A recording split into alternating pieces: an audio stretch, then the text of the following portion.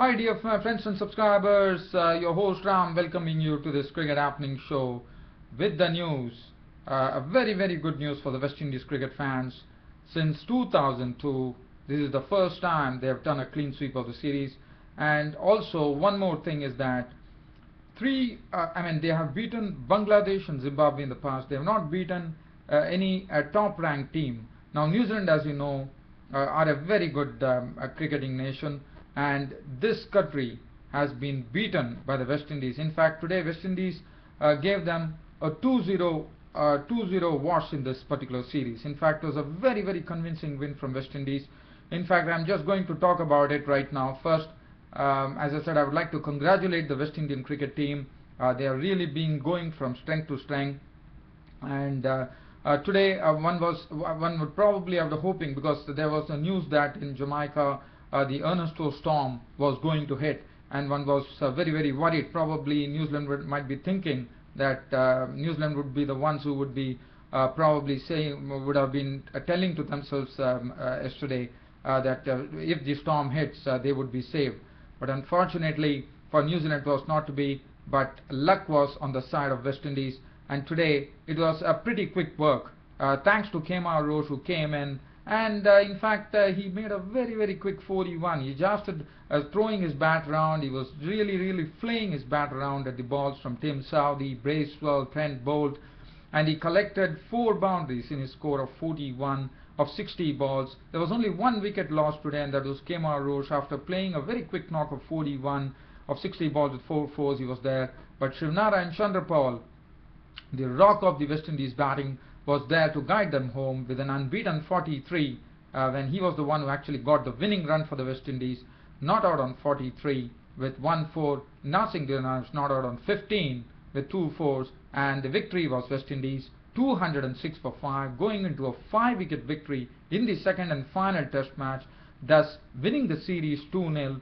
Not only that, West Indies have been very convincing, and for New Zealand it has been a total disaster as far as this tour is concerned. In the 2020s they were drubbed 2-0. In the one-day internationals, West Indies dominated, hitting them 4-1, and now in the test series, West Indies have drowned New Zealand 2-0. Looking at the bowling figures, Trent Boult 12 overs 1 maiden, 1 for 46. So the wickets were basically shared between Trent Boult 12 overs 1 maiden, 1 for 46. Doug Bracewell 13 overs 1 maiden, 1 for 38. Tim Southee 1 for 30. Neil Wagner 1 for 41. 1 for 18 for Kane Williamson, and none for 21 for Guptill, and Brownlee none for 6. The man of the match went to Marlon Samuels, and I think it was the very importantly, I thought Marlon Samuels' knock making a century, even though West Indies were rolled out for 209. His innings of 123 was the one which was the glue that held the West Indies innings. And finally, I'm very happy to see that the man of the match was Marlon Samuels. He's a classy batsman from the West Indies, and Kemar Roach got the player of the series for his consistent bowling. Now, the other thing that I would like to talk, since we have time here today, I'm just going to talk about this West Indies team. Now, West Indies team, as you know, the T20 Cup, the 2020 World Cup in Sri Lanka is coming up, and I think they are really serious contenders. Their confidence will be sky high, and again I am repeating in this show that the success has been due. Definitely it has been a team spirit. The batting, bowling, everything has come well for them, but also you need a very good leader, and that is Darren Sammy, and they also have a very good coach now, and that is Otis Gibson, who has really transformed the West Indies fortunes, all for the better. Now just look at this West Indies team. If you look at this West Indies team, Chris Gayle was an experienced person, Chanderpaul, but where is Kieron Pollard? Kieron Pollard, this West Indies team, if they can do this to New Zealand, I'm just trying to imagine, well, if Kieron Pollard comes back, there was no Darren Bravo because of an injury, he couldn't play, the 2 Bravo brothers couldn't play, and you know what a huge difference. So that definitely says there's a lot of healthy competition in this West Indies team, which is auguring well for them. The youngsters are slowly coming to the fore. Look at the youngsters. Kieron Powell got a century. He's looking good. Fudadin was impressive in his debut. Samuels, well, he's a classy player. Nasing Dinars, not only with the bat, also with the ball. He was the one who actually had West Indies, when New Zealand were all out for in the second innings for 154. Nasing Dinars was the one who actually did the damage. And then Dan Swamy, as I said, he's a great captain. Sunil Narine has been playing test matches now, and now he's getting used to this test matches. So, and Kemar Roche is a much improved bowler, bowls with lots of pace. Tino Best also very impressive in this match, that he got because of the absence of the other bowler Ram Paul, but he took this chance with both hands. He bowled superbly, I thought. So looking at it, I think this West Indies unit is really gelling around very well, which is very good. The team spirit is good. Chris Gayle is back. That's the biggest bonus that the West Indies cricket team can get. And also what it does is that is galvanizing this team, and this team is, I think, they're destined for greater things now. No Kiran Pollard, no Dwayne Bravo, no Darren Bravo, but this West Indies unit has put up a great show in drowning New Zealand 2-0 in this series. And for New Zealand, they have a lot of working to do. They will be going to India to take part in a series over there. They're going to tour India, and India is India is definitely a strong unit. But what is going to be seen is that when New Zealand are going to play at home against India, well, I can very clearly say that India are favourites, because by the way New Zealand have played, I mean, one has to say that as far as New Zealand is concerned, well, they did. I mean, they had Ross Taylor, they had Brendan McCullum, but I thought they should have played much better than what they did. There are a lot of youngsters there, and it is not going to be easy for these youngsters, especially to bowl in Indian wickets, which are very flat. There could be a lot of batting tracks. Sometimes the pitch might be doctored for spin. So if that is going to be the case, New Zealand are going to really struggle. New Zealand predominantly are not good players of spin too. So I think New Zealand has to. And one more thing, I feel sorry for John Wright. John Wright was his last stint as the coach of the New Zealand cricket team, but unfortunately he had to go. In sadness because his team lost there. Well, but John Wright, as you know, what he has done for India, one would remember that. But anyways, congratulations to West Indies for putting up a great show here, and I think they are really coming into their own. This West Indies team is looking absolutely dangerous now for any opposition, I would say. Okay, now let me shift the focus here. Now I'm taking you down to Headingley in Leeds, where it was a rain hit day. It was basically rain was playing hide and seek, and the players trooped in, trooped out. That's what happened. And well, what if the only thing, it all started with Kevin Peterson not adding to his overnight score of 149. He was LBW bowled Markle with 22 fours and 1 6, so couldn't add to his overnight total.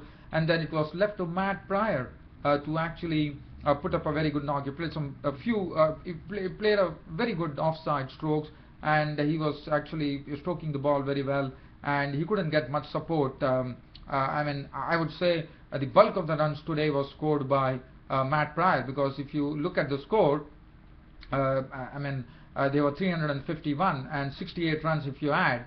Well, it really tells you the story, because England had a 6 runs lead because they were all out for 425. The tail couldn't really wag. In fact, Matt Pryor's contribution was 68 of 89 balls with 8 fours, which was very important. And then that was which enabled England to go into the lead. But well, it would be a very slender lead of 6 runs, but well, it definitely matters. And then the all-rounders couldn't really wag. Bresnan was out for 9. He was caught by Smith, was bowling a Philander for 9. Imran Tahir came in and cleaned up the tail. He also picked up the vital wicket of Matt Pryor, and added 2 more scalps to his credit by getting the wicket of Stuart Broad, who top-edged the ball, trying to pull one from Imran Tahir. And Anderson was clean bowled by Imran Tahir for 8. 425 all out England. And Moni Morkel had 2 for 96, the prize wicket of Kevin Peterson today. 2 for 72 for 1 on Philander. 28 overs, 8 minutes, 102 runs and 2 wickets for Steel Steen. But Imran Tahir was the pick today. 23.4 overs, no maidens, 92 runs and 3 wickets.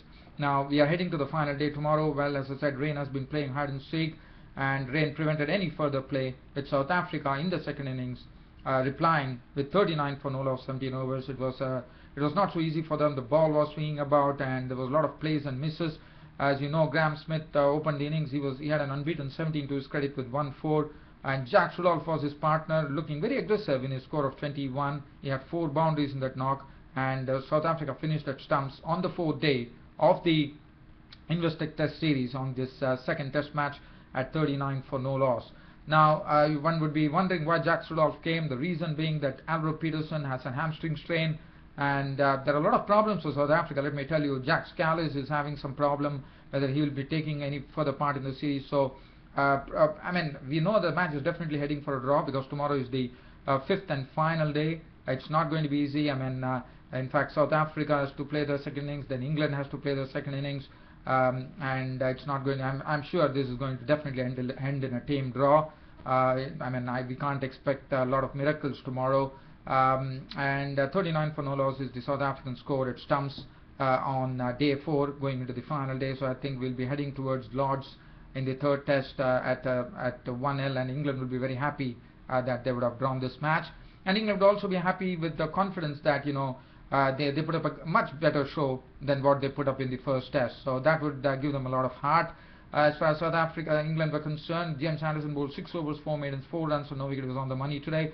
Brought 6 overs, had 18 runs taken off him. In fact, Rudolph was the one who hit some boundaries. Finn had 3 overs, 1 maiden, none for 4, and Bresnan bowled 2 overs for 12 runs. So this match definitely heading towards a draw. There is no doubt about it. And unless and until something drastic happens tomorrow where South Africa collapse or something like that, of that sort. Yes, it is the 5th day.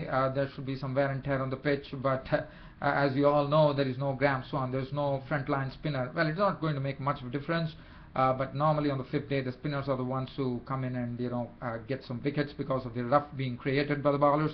But tomorrow, nothing of that sort is going to happen. I'm sure this is going to end in a tame draw.